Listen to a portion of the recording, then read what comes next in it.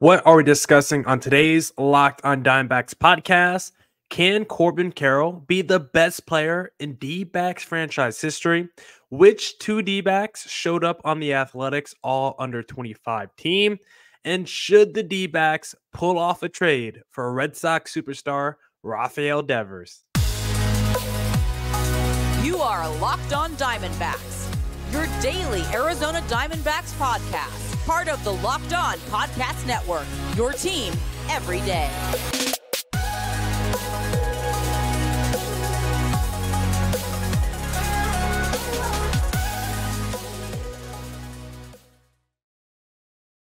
Welcome into the Locked on Diamondbacks podcast, part of the Locked on Podcast Network, your team every day. You're listening to who? The always charismatic host of this podcast, Millard Thomas. I'm a multimedia journalist and I'm a graphic designer, so please go check out my website, MillardThomas24.myportfolio.com. On there you can see all my latest work, from my packages to my articles to my photos and my graphic design. Thank you for making Locked on Diamondbacks your first listen every day. I would not be able to do this podcast without you, my loyal listeners, sharing, subscribing, reviewing, doing all that so I could do this podcast for you. Thank you. It's free and available on all platforms, so please continue to tell your friends. One of those platforms is YouTube, so please hit subscribe to Locked on Diamondbacks on YouTube. We are slowly approaching 1,000 subscribers. Want to hit that mark before opening day. Big goal of mine, so please hit subscribe to Locked on Diamondbacks on YouTube.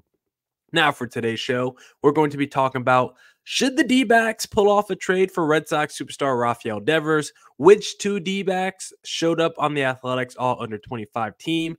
And can Corbin Carroll be the best D-back in franchise history? Before we get into the pod, I first want to tell you that today's episode is brought to you by FanDuel. Make every moment more. New customers, join today. You'll get $150 as bonus bets if your first bet of $5 or more wins. Visit FanDuel.com/lockedon to get started. I'll jump right into the Locked on Diamondbacks podcast.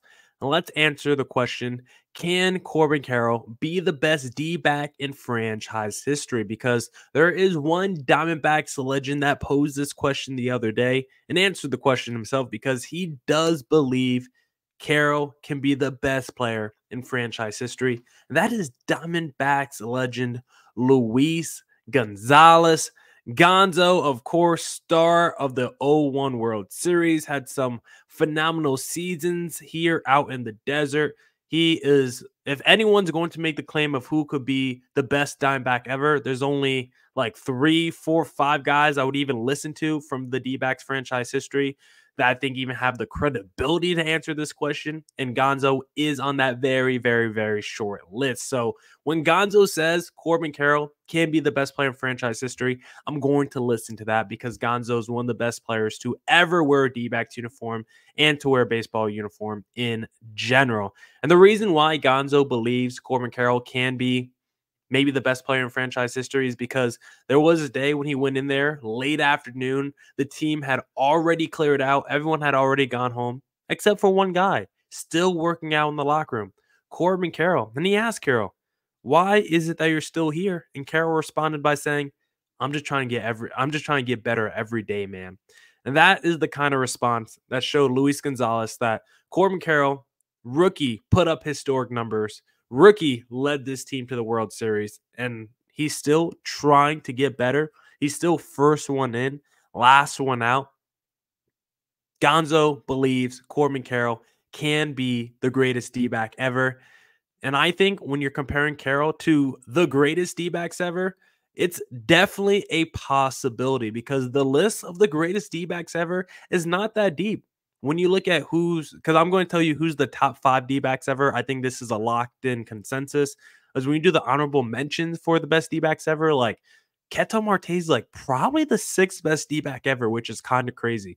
Like the short list of best D-backs ever is not that high. Marte is already 3rd for WAR among position players for all D-backs in franchise history. So these are the top 5 D-backs, I believe, consensus in franchise history, and I think Corbin Carroll can definitely crack this top 5 one day, because when you look at the top 5, number 1, I think locked in Randy Johnson. I don't think anyone is going to argue or disagree with that. Tied for 2nd, I have Paul Goldschmidt and Luis Gonzalez. Fourth, I have Brandon Webb. And then fifth, I have Curt Schilling. And again, you could probably tie Curt Schilling or Brandon Webb, whatever you want. I think Randy Johnson's clear number one. And I think tier 2 is Goldie Gonzo. And I think tier 3 is probably that Webb Schilling. But honestly, you could maybe put Schilling on Gonzo's level. It just depends how much you value that playoff postseason run where he, of course, shared the honors with Randy Johnson for that World Series MVP. Because when you go through all these guys, like Randy is, of course, I think the best talent on the list by far.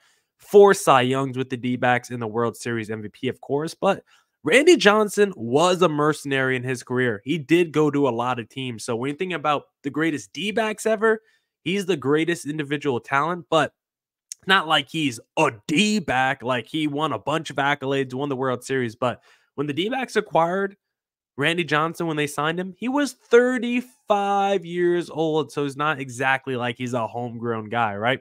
Goldie and Gonzo, I had neck and neck in my eyes, mostly because of their offensive skills. You look at WAR, they were neck and neck. Goldie, by the stats, was slightly better offensively, but both of them similar offensive players. Stats say Goldie slightly better. Gonzo has the ring, so I have them tied for second. Brandon Webb, number 4 on my list. Elite homegrown pitcher, but only good from the ages of 24 to 29. And then, of course, Curt Schilling. A lot of off-the-field issues since he's left the game, but can't deny what he did for the D-backs.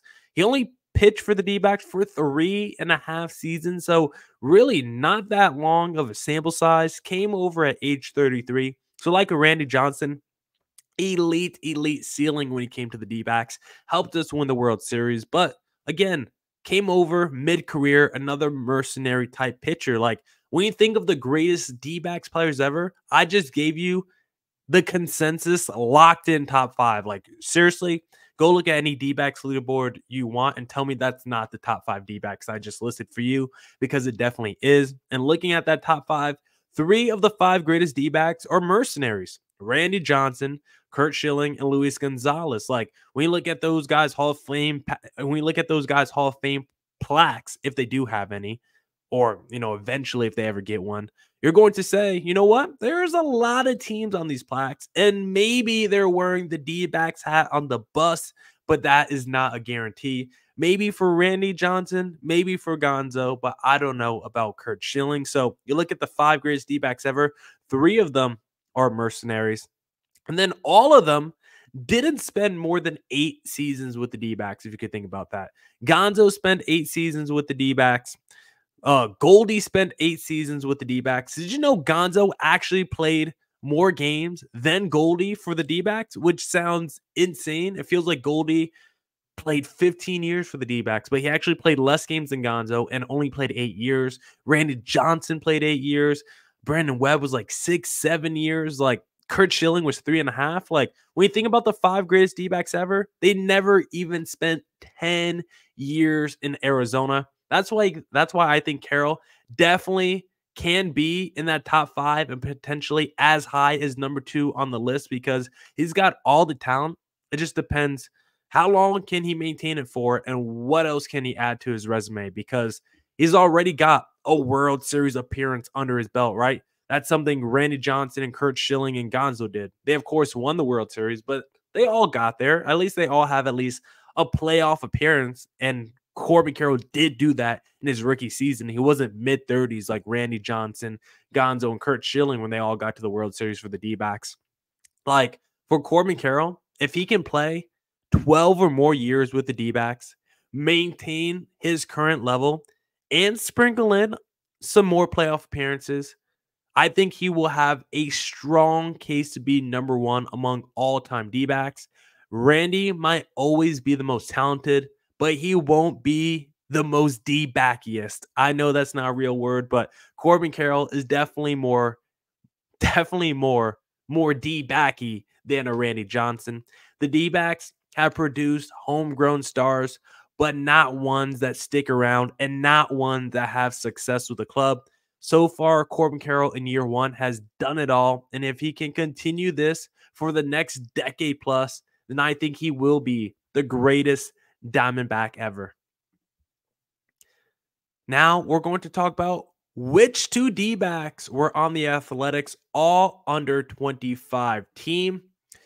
But if you want to catch some D-backs games this spring training, the best place to buy your tickets is going to be Game Time, of course, because Game Time is the only ticketing app that gives you complete peace of mind with your purchase. See the view from your seat before you buy so you know exactly what to expect when you arrive.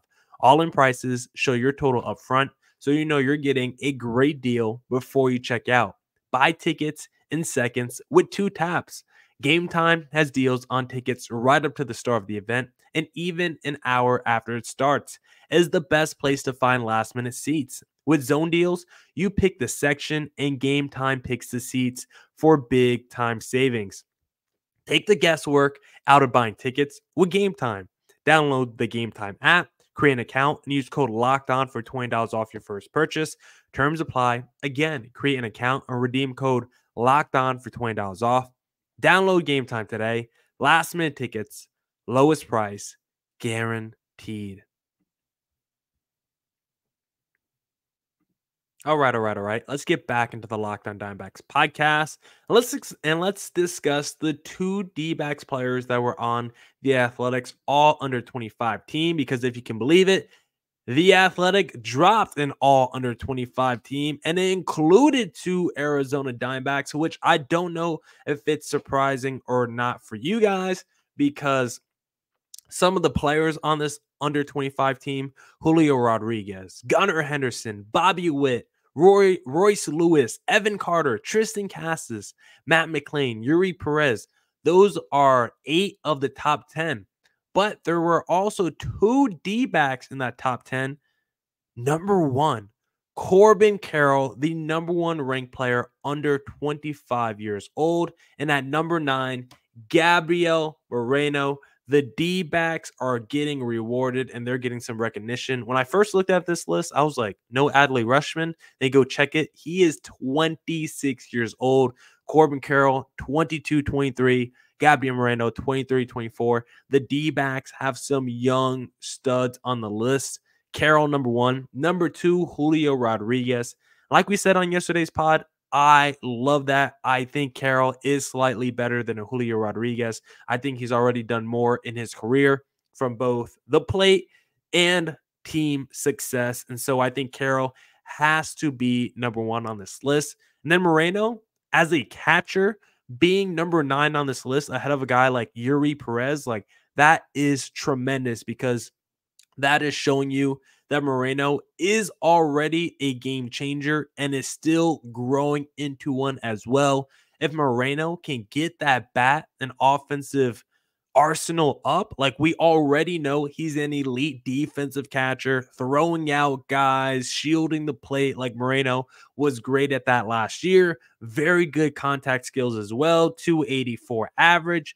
But if he can take that 284 average and maybe go to 300, maybe take that OBP up, the slugging up, go from a 284 average guy to a 300 average, 800 OPS guy, maybe add a little bit more pop in that bat, get to 15 home runs with the defense he still has. Moreno can do that. Moreno does have a pathway to being the best player at his position. There is a world where Gabriel Moreno is the best catcher in the league. Now, you might think that's impossible with a guy like Adley Rutschman, and Rutschman's probably going to be the best catcher in the league. But I do think there is a world where Moreno could also be the best, maybe at least in the National League. And if not, probably at least a top 3 to 5 catcher in his position in all of Major League Baseball. And if you tell me Moreno's ceiling is the 4th best catcher in the majors, I think every D-backs fans would be happy with that, considering Dalton Varsho struggles. And we get Lourdes Gurriel in the deal, which is a really solid outfielder. That deal ended up being an absolute steal for the D-backs. But seeing 2 D-backs on this list, like seeing Corbin Carroll as the under 25 star in baseball you would want to build around, I think it's just crazy to think about, because as D-backs fans, we're always like, throughout Major League franchise history, or throughout Major League Baseball history, we're always a franchise that gets looked over. Our stars are never talked about nationally, right? How many years was Paul Goldschmidt one of the most underrated first basemen in the league? Year after year, top 3 MVP finishes, and just no one considered him like a top 10 to 20 major leaguer, despite a lot of the numbers saying, you know what, this guy Goldie might be one of the 10 best players in Major League Baseball, a first baseman that could hit for power, 30 plus stolen bases, 100 plus RBIs, and also can run 30 stolen bases multiple times. He is a rare breed, elite defense as well. He could do it all, 5-tool player, but he just wasn't ever really talked about. And it's because the D-backs were always rudderless and not that good. But now you see D-backs on all these lists, the under 25 team. We see MLB top 100, a whole bunch of D-backs in their top 100. Christian Walker right there neck and neck with Vlad Guerrero Jr. in the player power ranking. D-backs players are finally getting some recognition, and it's because the D-backs are finally good. Zach Gallen was pretty under the radar until this year when the D-backs got good. To be honest, Zach Gallen's Cy Young Award season was 2022. He did not deserve to win with how Sandy Alcantara pitched, but I definitely think number 5 in Cy Young voting was actually way too low for Zach Gallen in 2022. I actually think if the D-backs had a good record, Zach Gallen would have finished as a Cy Young finalist, but because the D-backs were not good, I don't think he got that recognition. People now know who Christian Walker is because he's an elite defensive and power hitting first baseman, but it's because the D-backs are good. He's been a power hitter. He's been an elite defensive first baseman for a while. MLB Network put up a graphic today. Most outs above average at first base since 2019. It's like Christian Walker by double the next guy, which is a Paul Goldschmidt. But no one would know how good his defense or power hitting has been until this year because the D-backs finally got good. Merrill Kelly has been a dog for a while now. Really underrated number 2 pitcher. And until the D-backs got good this year and made to the postseason, no one knew Merrill Kelly had that dog in him. You didn't know Merrill Kelly was that dude that you would want in the NLCS against Philly, in the World Series against the Rangers. Merrill Kelly was that shut down. And just like Paul Goldschmidt, no one knew he had MVP potential in him until you put him on a good team. And as soon as he goes to the Cardinals and puts up the same numbers that he did with the D-backs, he wins the MVP. And now he's starting to get so much more love than what he got when he was in Arizona. If Carroll and Moreno did what they did last year, but the D-backs won 70 games, I don't know if they're 1-9 on this list. Carroll's probably still top 5, but is Gabriel Moreno a top 10 under 25 guy if he puts up his stats last year on a crappy D-backs team? I don't know. Part of the reason the D-backs were good this past year is because those youngins were way better than expected, and because of that, they earned their spots on this list. Moreno and Carroll moving forward are 2 really good pieces that D-backs fans can wrap their arms around and feel good about for the next few years, for the next 10 years. I mean, Carroll's locked up. I imagine Moreno's going to be locked up when his time comes around. The D-backs are a super young homegrown team, and it's nice to get some recognition from a media outlet like The Athletic for recognizing our young talent.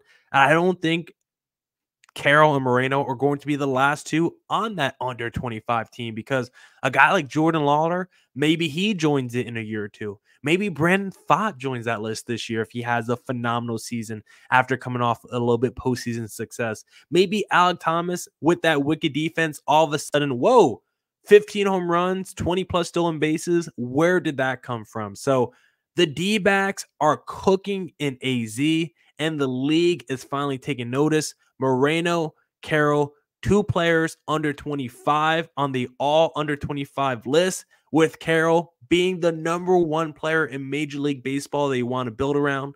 A crazy thing to say if you've been covering the D-backs for a long time.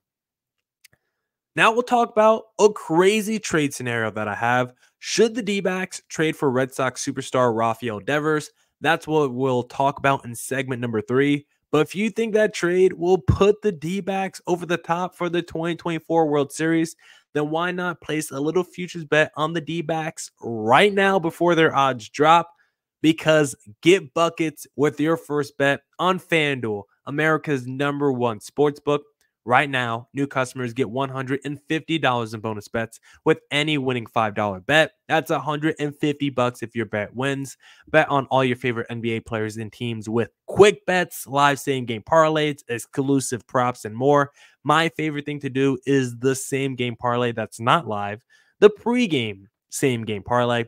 Whenever the Lakers are playing a mediocre team, give me AD over in points, AD over in rebounds, and that Lakers money line. That money line leg of the parlay has been hitting a lot more recently, which means a lot more money in my account. And if you want money in your account, just visit FanDuel.com/lockedon and shoot your shot. FanDuel, official sportsbook partner of the NBA. All right. Let's get back into the Locked On Diamondbacks podcast. Let's talk about my wild trade scenario because there's no rumors. There's nothing me reporting here. This is just me and my wild speculation of what I think the D-backs should do. Because, one, I will admit, again, I told you guys I grew up as a Red Sox fan. Rafael Devers is my favorite non-D-backs player. So, for one, I want Devers on the D-backs because it would make me, the fan, very happy. I actually share a birthday with Rafael Devers, so I'm not biased about it. And the reason why I think it is possible potentially for the D-backs to get Rafael Devers is because it sounds like he's getting pretty frustrated with his situation in Boston. He's come out with comments recently where he's just being open and candid about the front office not being aggressive enough, not doing enough to put good pieces around him. And he feels like the front office and the ownership group is looking toward the future. That's got me wondering, is Rafael Devers looking toward the future? Just signed a massive contract, but maybe he wants out of Boston with the direction they're going. And why not come to sunny Arizona with a young team on the rise? And the reasons as to why the D-backs should do it are very easy. He's young, he's a stud, and there's already a connection. Rafael Devers has been in Major League Baseball for 7 years already. So you'd be like, oh man, how old is this guy? Like 30, 31? Rafael Devers just turned 27 years of age. Devers broke into the big leagues at 20 years old, and he has been one of the baby faces in Major League Baseball for quite some time now. Boston sports athletes have a lot of these guys. Tatum, I mean, he's been in the league for like 15 years. He's only 14 years old somehow. Devers turned 27 back on October 24th, my birthday. Debuted at age 20. Devers has been in the game for a very long time. And because of that, only being 27 years old, fits the D-backs timeline perfectly, right? As we always say, we're a young team. But we also have a lot of players in their mid-20s, late 20s, early 30s, and Rafael Devers would just fit in perfectly. Him, Devers, Carroll, Marte, Moreno, as like your core four is pretty sweet. Obviously, there's other guys that you want to add into that core. Hopefully, a guy like Jordan Lawler can be a part of that core, or Drew Jones can be a part of that core if they get called up and hit their ceiling. Like, obviously, you want that core to be deeper than four. Obviously, you would want a guy like Alek Thomas to hopefully get better. Maybe someone like Christian Walker sticks around. But I always look at lineups as like, who's your best four players? To me, that's how I always look at the lineup. Who's your top four guys? Who's your four best guys? And for the D-backs, if their core four is Carroll, Devers, Marte, and Moreno for the next 5 seasons, I think that's a pretty strong core four in Major League Baseball and one that could definitely lead to some sustainable winning. Devers has been a power machine throughout his tenure with the Boston Red Sox.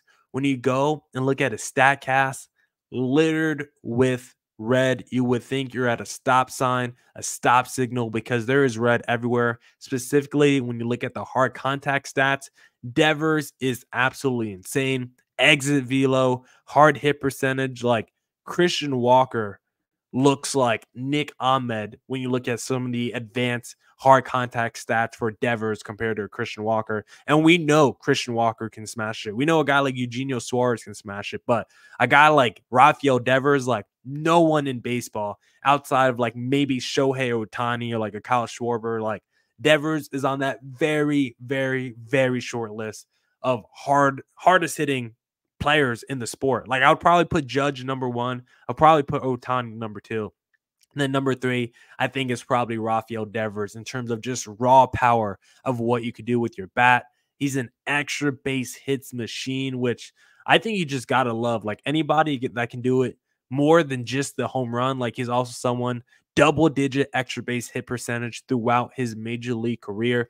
He gets the home runs, of course, 33 home runs per average, on average per 162 game seasons, with on average 43 doubles a year as well. Like he is just on average, he's putting up 70 extra base hits a season, which is just a monster number. Him in the middle of your lineup to pair with a Corbin Carroll, like Carroll as that dynamic speedster who also has power, of course, and then Devers as that masher behind him. I just love those two as an offensive pairing because I think they would make sweet, sweet offensive music together.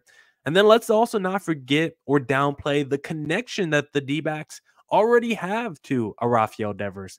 Mike Hazen was in Red Sox front office when they signed Devers as a teenager. Torey Lovullo did manage Devers for a season back in 2017. So from the GM perspective, the manager perspective, they already have a small established relationship with Rafael Devers, which could go a long way in terms of trade negotiations, right? Would you rather be a player that goes to a team where you already know the manager and the GM and already have familiarity there? Would you go to a team with all strangers? So I think that is a little nod in the cap of the D-backs if they ever got into a trade bidding war for Rafael Devers. And if you want to talk about the cons against Devers, it's probably the fact that's his large, massive, lucrative contract, and he will likely outgrow third base in his career. In 2024, it will be year 1 of the Devers contract extension, 10 years, $300 million. There is like $75 million deferred. Excuse me. So I don't know if Devers, if he gets traded, if the Red Sox still have to pay that money or if that goes to the new team. But there is $75 million deferred for Rafael Devers. But to be honest, when I look at the contract and the number's big, but I'm not worried about it. He's, again, 27 years old. He's going to be paid until he's about 36, 37. Like, with his skill set, I'm not worried about Devers. I'm not worried about the Devers decline. I think with his skill set, he's going to be a power-hitting masher and Albert Pujols type until he's mid-30s. Like, I think Devers is always going to be a guy, 800-plus OPS, 30 home runs until he's 35, 36. Until the wheels fall off, I think Devers is going to be one of the most powerful players in Major League Baseball. So I'm not too worried with how he's going to decline as he gets older. Maybe you're worried that he's going to maybe outgrow third base. But if he does outgrow third base, throw him over at first base, try him over there, or maybe make him the full-time DH. Like, I don't even think it matters at that point. And also the D-backs, it's not like they have a ton of long-term lucrative contracts on their books. Corbin Carroll has a long-term deal, probably the best value in the sport. Erod is the highest paid player at $20 million a year. Devers is going to be making around $30 million a year when that contract reaches its peak for like the last half of that deal. I don't really care. You don't have a ton of money locked up to future guys. Devers is an elite player. I would pull the trigger. And to be honest, you might not have to give up a lot. Do you have to give up Drew Jones or Jordan Lawler? Maybe, but to be honest, I don't think so. We've already seen the Red Sox trade away a superstar in Mookie Betts. And guess what? All those guys, all the prospects that they liked from that deal, the Verdugos, the Jeter Downs, those guys are already gone. It was a wash of a trade for the Boston Red Sox, and I wouldn't be surprised if they did it again if they ever traded away a Rafael Devers. So if Devers' frustrations ever grow in Boston, then let's bring him down to sunny Arizona. Now that's it for this edition of the Locked On Diamondbacks podcast. Come back tomorrow for more Diamondbacks news coverage and insight. And as always, stay safe, stay healthy. Doses.